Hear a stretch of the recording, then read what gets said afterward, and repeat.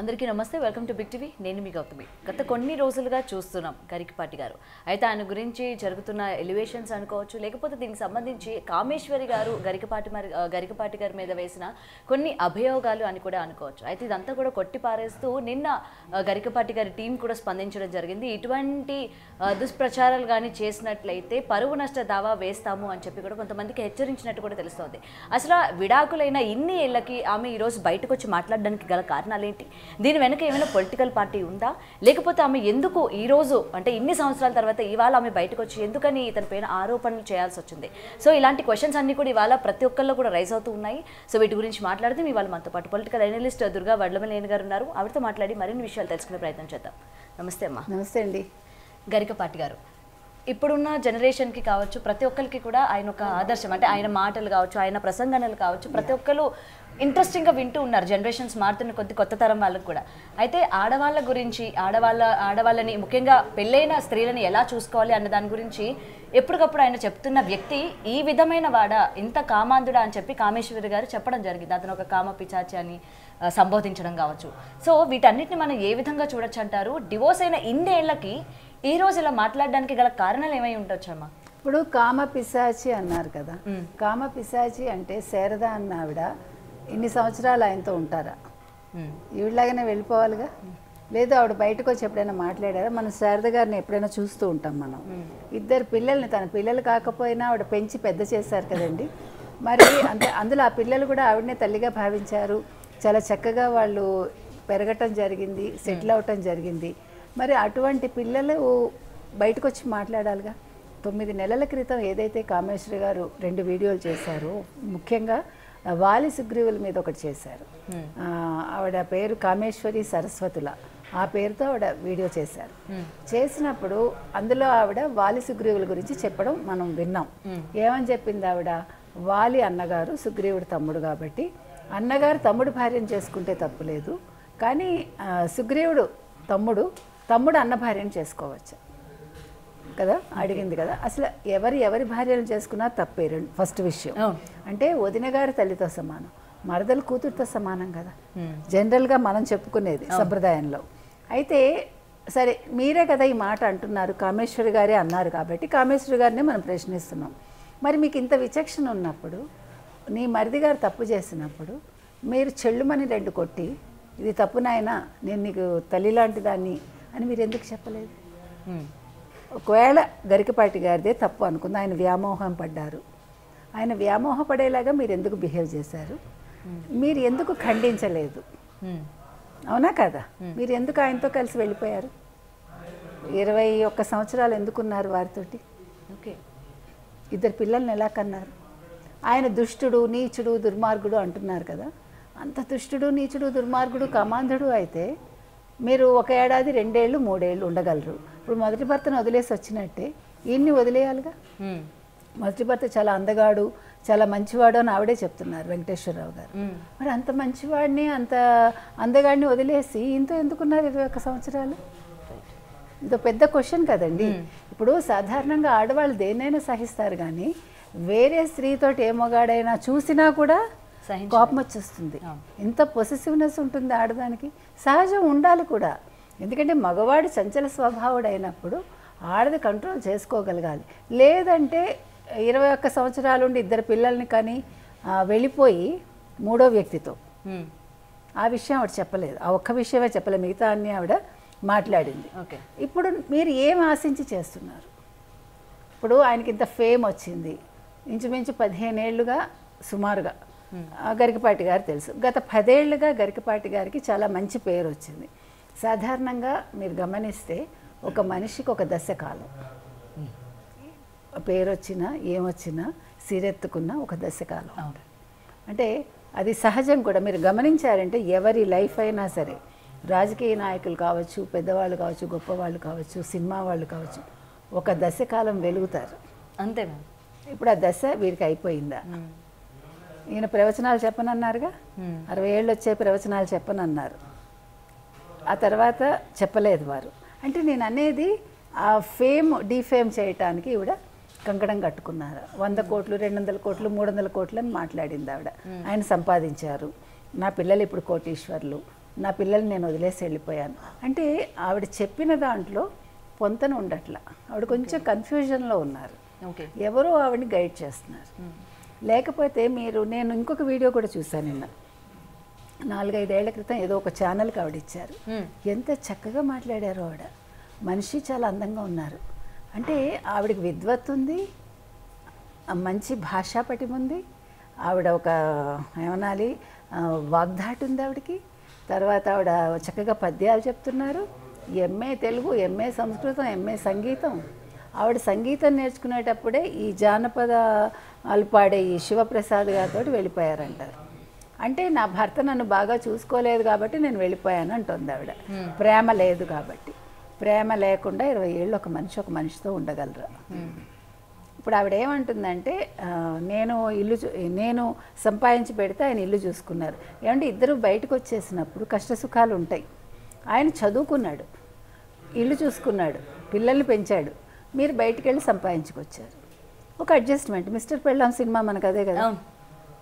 తప్పేముంది అందులో? ఇప్పుడు సిగ్గుపడాల్సిందే. అంటే ఆయన సిగ్గుపడలేదు, ఆయన చదువుకోవాలనుకున్నాడు. సరే నా భార్య సంపాదిస్తోంది, నేను ఇలా పని చేయాలనుకున్నాడు. ఇందులో తప్పే ఉంది? ఆయనకు అహంకారం నీకు ముందు తెలియదా? ఇంకొక విషయం, ఆవిడ చిన్నప్పటి నుంచి మేము పక్కన పెరిగామని చెప్పింది.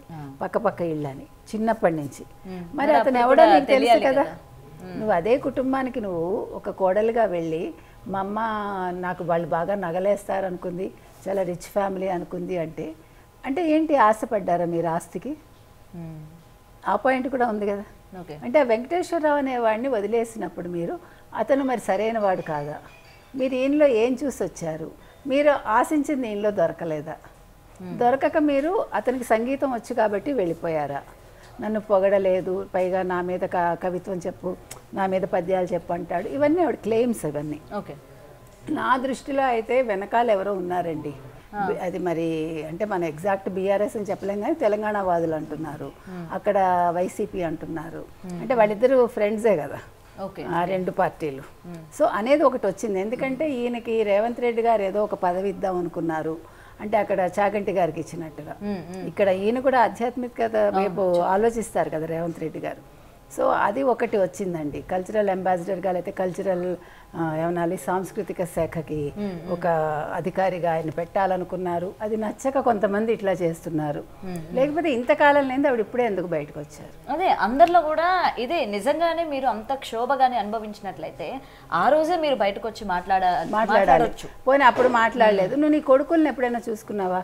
ఆవిడ ఏమంటున్నారంటే నేను వెళ్ళిపోయాక అంటే ఈయన్ని వదిలిపెట్టి పిల్లల్ని వదిలి వెళ్ళాక నాకు లైఫ్ లేదంటున్నావు. అంటే ఇప్పుడు ఈ మూడో వ్యక్తిని కూడా ఆవిడ వదిలేసినట్టున్నారు ఆవిడ మాటల్ని బట్టి. నేను ఇప్పుడు ఫ్రీ బర్డ్ని, నేను ఇప్పుడు చాలా హ్యాపీగా నా జీవితాన్ని ఎంజాయ్ చేస్తున్నాను అన్నీ ఆవిడే చెప్తున్నారు. అంటే కాంట్రడిక్టరీ స్టేట్మెంట్స్ ఆవిడే ఇచ్చుకుంటున్నారు. పిల్లల్ని కూడా భవిష్యత్తు కోసమే వదిలేశాను అన్నట్టు. భవిష్యత్తు అండి, భవిష్యత్తు కోసం పిల్లల్ని మనం వదిలేస్తామా? మీరు అడుక్కు తినేనా పిల్లల్ని పెంచుతారా పెంచరా? ప్రాబ్లం వస్తే మీరు తినడం మానేసి పిల్లలకి పెడతారు. తల్లి మనసు అది. కానీ నువ్వు వదిలేసి వెళ్ళిపోతున్నావు అంటే ఇంకొక వ్యక్తితో వెళ్ళిపోతున్నావంటే అదొక మోహం కావచ్చు, ఇంకేదైనా కావచ్చు. అది అంటే నువ్వు ఎందుకు వెళ్ళిపోయావు మనం ప్రశ్నించడానికి మనం సరిపో. అది ఆవిడ లైఫ్. అది మన నెగిటివ్ ఏం మాట్లాడటంలే. కాకపోతే ఏంటంటే నువ్వు ఇన్ని నిజాలు చెప్పాను అన్నప్పుడు అదెందుకు చెప్పవు? You have to be open కదా. ఇప్పుడు పిల్లల్ని వదిలేసి వెళ్ళిపోయాను వాళ్ళ భవిష్యత్తు కోసం ఎందుకు ఇప్పుడు మళ్ళీ స్టేట్మెంట్ ఇచ్చుకోవటం? అంటే నిన్ను నువ్వు కాపాడుకుంటున్నావు, అంటే నీ మీద సింపతి గెయిన్ చేసుకోవడానికి. ఇప్పుడు సింపతి వచ్చిందా? మీరు ఇన్ని వీడియోలు చూసారండి, గత 4-5 రోజులుగా ఒక 100 వీడియోలు పైగా వచ్చాయి. కమెంట్స్ ఎక్కడైనా ఈవిడ వైపు ఉన్నాయా? హార్డ్లీ ఒక వీడియోలో 2 కూడా ఉండవు. అన్నీ గరికపాటి గారికి సపోర్ట్ చేస్తూ గురువు గారిని మీరు కించపరచకండి, గురువు గారిని మీరు ఏం అనకండి అనే చెప్తున్నారు కదా. మరి అలాంటప్పుడు ఇప్పుడు మీరు ఏం ఆశించారు? డబ్బులు కావాలా వాళ్ళని అడగండి. ఇంకొకటి ఇప్పుడు అందరూ ఏమంటున్నారు, గరికపాటి గారు దీనికి సమాధానం చెప్పాలి. ఎందుకు చెప్పాలి? వాళ్ళు కూర్చుని 4 అన్నదమ్ములు కూర్చుని నా దగ్గర సంతకాలు తీసుకున్నారు మేము విడిపోయేటప్పుడు అని ఆవిడే చెప్తాను. మేము పెళ్లి చేసుకోలేదు, మేము దండలు మార్చుకోలేదు, మాది రిజిస్టర్ మ్యారేజ్ కాదు, మాకు ఎటువంటి పెళ్లి జరగలేదు ఆవిడే చెప్తున్నారు. జరగనప్పుడు అయినా కూడా ఇద్దరు విడిపోయేటప్పుడు రాసుకున్నారు. అంటే ఈవిడ సేఫ్ సైడ్ రాయించుకున్నారా అనేది కూడా మనం ఆలోచించుకొని. ఎందుకంటే ఆవిడ ఎవరితోటో వెళ్ళిపోతున్నారు, పిల్లల బంధం మళ్ళీ రేపొద్దున వస్తుంది అనుకున్నారా? మనకేం తెలియదండి. అంటే మనిషి ఆలోచన ఆ సమయంలో ఎలా ఉంటుందో మనకు తెలియదు కదా. ఇప్పుడు వైపు తప్పు ఉండొచ్చు, ఆయన వైపు తప్పు ఉండొచ్చు, అది వాళ్ళ సమస్య అది. కానీ ఆయన శారద గారిని సంప్రదాయబద్ధంగా పెళ్లి చేసుకున్నానని చెప్తున్నారు. వాళ్ళ అమ్మగారు చూసిన సంబంధం, కుటుంబం చూసిన సంబంధం చెప్పారు.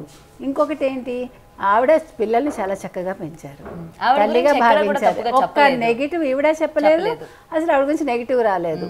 నా పిల్లల్ని ప్రేమగా పెంచింది, అన్నం పెట్టిందని ఆవిడ చెప్పారు. అది ఎవరం కాదని అంటలే. ఇప్పుడు పిల్లలు సడన్గా మీ వైపు ఎలా వస్తారు? ఇదేమన్నా సినిమానా అమ్మ అని హత్తుకోవటానికి? రైట్. మీకు ఇల్లాల సినిమా గుర్తుంది కదా, మరి ఇల్లాల సినిమా స్టోరీనే కదా ఇది. ఓకే, చాలా సినిమాలు ఉన్నాయి. ఎందుకంటే ఇవన్నీ వాస్తవాలే కథలు అవుతాయండి, కథలే వాస్తవాలు అవుతాయి. మనిషి ఊహకి కొన్నిసార్లు కొత్త కొత్తవి రావచ్చు, కానీ ఎక్కడో అవి నిజాలు అవుతాయి, నిజాలే మన బుర్రలోకి వస్తాయి. కాబట్టి ఇది జీవితం అండి. నేను అనేది ఏంటంటే, కామేశ్వర గారు తన్ని తాను అనవసరంగా బయట పెట్టుకున్నారు. ఇప్పుడు ఆవిడ చక్కగా చదువుకున్నారు, ఒక లెక్చరర్గా పనిచేస్తున్నారు, నలుగురికి ఆవిడ మంచి మార్గదర్శకురాలు అయ్యారు. ఇప్పుడు ఇలా చేయటం వల్ల ఆవిడ నష్టపోయారుగా. ఇప్పుడు ఆవిడకి ఇంతకాలం ఉండే మంచి పేరు పోయిందిగా ఒక రకంగా.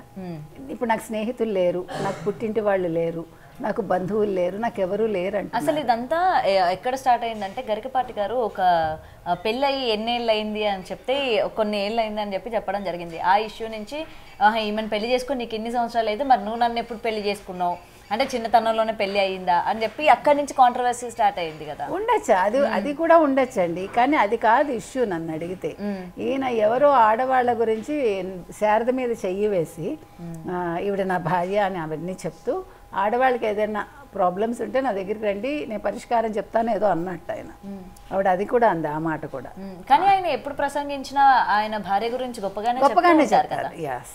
అంటే ఇప్పుడు ఆవిడకి నాకు అనిపించింది ఏంటంటే, ఆవిడ ఆయనతో బయటికి వెళ్ళలేదు కాబట్టి ఇప్పుడు శారద గారిని ఆయన బయటకు తీసుకెళ్ళడం, ఆయనకు ఒక విద్వత్తు, ఆయనకు ఒక పేరు రావడం, ఆవిడ కూడా గురువు గారి భార్యగా ఆవిడ అన్ని సన్మానాలు పొందడం ఆవిడకి నచ్చలేదేమో, ఎక్కడైనా ఆవిడకి జెలసీ వచ్చి ఉండొచ్చేమో అనిపిస్తుంది, మనకు తెలీదు.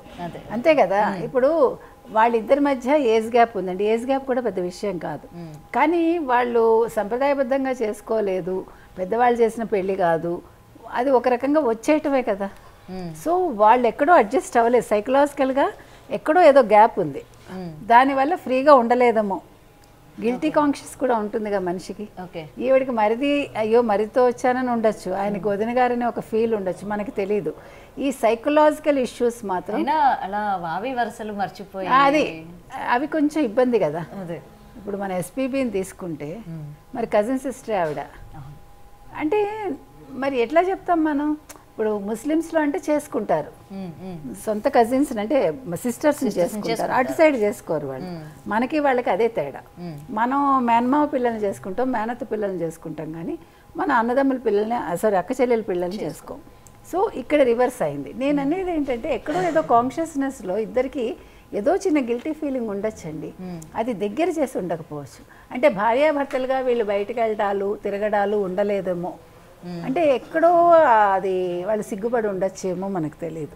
ఇవన్నీ కూడా మీకు సైకలాజికల్గా మనం ఆలోచిస్తే వీటికి సమాధానాలు దొరుకుతాయి.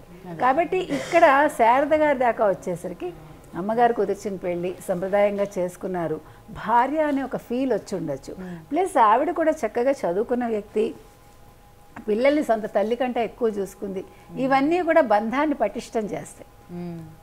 కొన్ని సందర్భాల్లో చెప్పారు శారదా గారు ఫస్ట్ వాళ్ళ అమ్మగారు మనసు గెలుచుకున్నారు, ఆమె చాలా మంచిది, అందుకనే నేను కూడా ఆవిడికి లొంగిపోవాల్సి వచ్చింది అని చెప్పి కూడా గరికపాటి గారు చాలా. మరి అది గొప్ప విషయం కదండి. ఇప్పుడు ఈవిడలో మనం చూస్తే కనుక అయితే మాట తీరు కూడా చాలా గంభీరంగా, చాలా దిశగా కనిపిస్తుంది, నేను అనే ఇది కనిపిస్తుంది.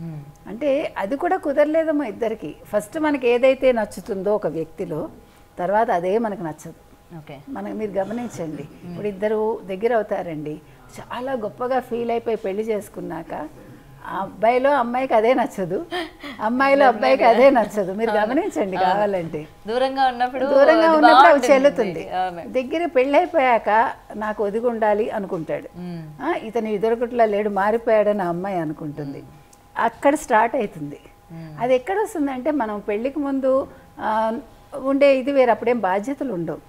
బాధ్యత వచ్చేసరికి అప్పుడు మనకి నిజమైన జీవితం ఏంటో అర్థమవుతుంది. ఆ జీవితం అర్థమయ్యాక అక్కడ అడ్జస్ట్ అవ్వాలండి. అది అవ్వకపోవటం వల్లే ఈరోజు ఇన్ని విడాకులు జరుగుతున్నాయి చెప్పాలంటే. ఓకే కదా, కాబట్టి ఇక్కడ వీళ్ళ విషయంలో కూడా అలాగే జరిగింది. ఇవాళ ఆవిడ వచ్చి మాట్లాడటం అనేది మాత్రం నాకైతే సమంజసంగా కనిపించట్లా. ఇప్పుడు చాలా మంది ఏమన్నారు, వాళ్ళ టీం స్పందించినటువంటి గరికపాటి గారు ఇక్కడ అది కూడా అంటున్నారు మేడం. ఎందుకంటే టీం డైరెక్ట్ గా గరికపాటి గారి మీద ఇంత అభియోగం పడినప్పుడు ఆయన బయటకు వచ్చి కనీసం అది నిజమా అబద్ధమా చెప్పాలి కదా. అతను చెప్పకపోతే అతను నిజాన్ని ఒప్పుకున్నట్ట. అవసరం లేదు, ఆవిడ చెప్తోంది. నేను ఇప్పుడు కూడా చెప్తున్నానండి, నేను చాలా ఛానల్స్లో చెప్పా, ఆయన ఒప్పుకోవాల్సిన పని లేదు, చెప్పాల్సిన పని లేదు. ఎందుకంటే వాళ్ళిద్దరూ అనుకుని విడిపోయారు, రాసుకున్నారు, ఆ కథ అక్కడితో అయిపోయింది. ఆయన హ్యాపీగా పెళ్లి చేసుకున్నారు, పిల్లల్ని వదలలేదుగా, పిల్లల్ని చక్కగా పెంచి పెద్ద చేశాడుగా. పోనీ ఆయన పిల్లల్ని రోడ్డు మీద వదిలేసి వేరే వాళ్ళతో తిరుగుతూ ఉంటే అప్పుడు అది వేరే విషయం. కానీ ఇప్పుడు అదేం లేదు కదా. ఆయనకి అంత మంచి పేరు వచ్చింది, ఒక మంచి గురువుగా అందరూ భావిస్తున్నారు, ఒక మంచి ఆధ్యాత్మికవేత్త, మంచి అవధాని, అది ఆయన చక్కగా ఆసుగా పద్యాలు చెప్తారు. ఇంత పేరు తెచ్చుకున్నాక ఆవిడతో సంబంధం, ఆవిడ ఇప్పుడు 23 ఏళ్ళు ఎక్కడికి వెళ్ళిపోయింది ఆవిడ. పోనీ మధ్యలో వాళ్ళిద్దరికి సంబంధం ఉండి ఆవిడ పిల్లల్ని వచ్చి చూసి పిల్లల మీద ప్రేమగా ఉంటే దట్స్ ఎ డిఫరెంట్ ఇష్యూ. కానీ ఇప్పుడు అవేమీ లేనప్పుడు ఆయన కొత్తగా వచ్చి ఎందుకు చెప్పాలి అంటాను నేను. అవసరం లేదు. ఇప్పుడు మీ మీద ఒక మరక పడుతుందండి, తుడిచేసుకుంటాం అంతే. దాని గురించి నీ మరక ఎక్కడి నుంచి పడింది అని వెళ్ళి వాళ్ళతో దెబ్బలాడతామా? అవసరం లేదుగా. అవసరం లేదు నా దృష్టిలో. పిల్లలు కూడా చెప్పక్కర్లేదు. ఎందుకు పిల్లలు చెప్పారంటే 9 నెలల క్రితం ఏదైతే ఆవిడ వీడియో రిలీజ్ చేశారో, కామేశ్వరి సరస్వతుల పేరుతో ఒక 2 వీడియోలు చేశారు. అప్పుడు వాళ్ళు క్రిమినల్ కేసు పెట్టారు, పిల్లాడు పెట్టాడు. పెట్టినప్పుడు నిజంగా పిల్లాడు ఒకవేళ తల్లిది తప్పు కాదు, తండ్రిదే తప్పు అనుకుంటే అప్పుడు ఏం చేసి ఉండేవాడు? కేసు పెట్టుండేవాడు కాదు.